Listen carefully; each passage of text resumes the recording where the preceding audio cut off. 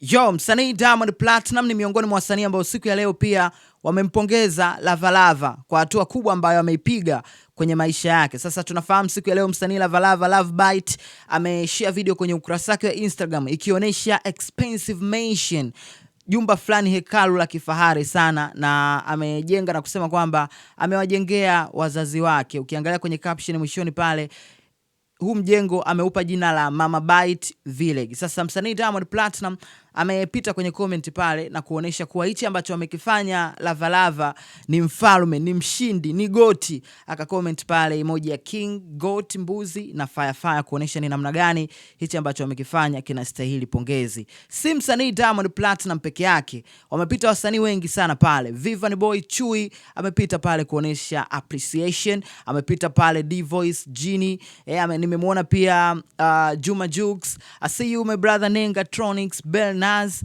na mastaa wote ambao kimsingi wameonyesha upendo wa hali ya juu sana kwa hichi ambacho amekifanya Lavalava Lovebite au vipi.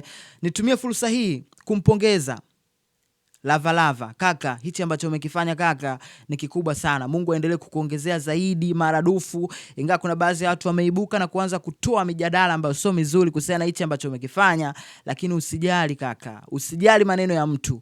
Endelea kupambana, endelea kuomba Mungu, endelea kuongeza juhudi kwenye kile ambacho unakiamini, na imani mambo yatakuwa makubwa tu zaidi ya hichi ambacho umekifanya siku ya leo. Mimi mwenyewe kiukweli ndoto yangu ni kubwa, siku Mungu anisaidie nipate riziki, nimjengee mama yangu nyumba au nimnunulie hata kitu chochote ambacho nikikaa nitajiproud nimesema I'm doing this for my mom. How vipi nafanya hichi kwa ajili ya mama yangu, Mama Bounce aliyopo Dodoma huko Mgogo. Nampenda vipi? Bana, mimi naitwa Bounce. Naitwa nani? Naitwa Bounce. Let's go now. Yeah.